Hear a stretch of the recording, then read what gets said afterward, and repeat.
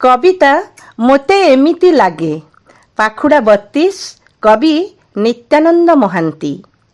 मथारे सिंदूर आखिरे causal हातरे पिंधिची शंखा बेणीरे गजरा नाली जबा धरा बिंची हेउअछि पंखा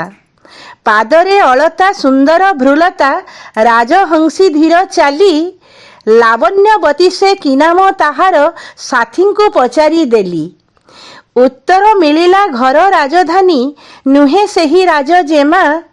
दिन राति एठी सेठी प्रजापति नुहे कार प्रियतमा नुहे कार प्रियतमा हे प्रियतमा मु नुहे जमा हे प्रियतमा मु नुहे जमा आउ कहा साथे जोड़ा तमा भाग्यसीना आउ कहा साथे जोड़ा तमा भाग्यसीना हे प्रियतमा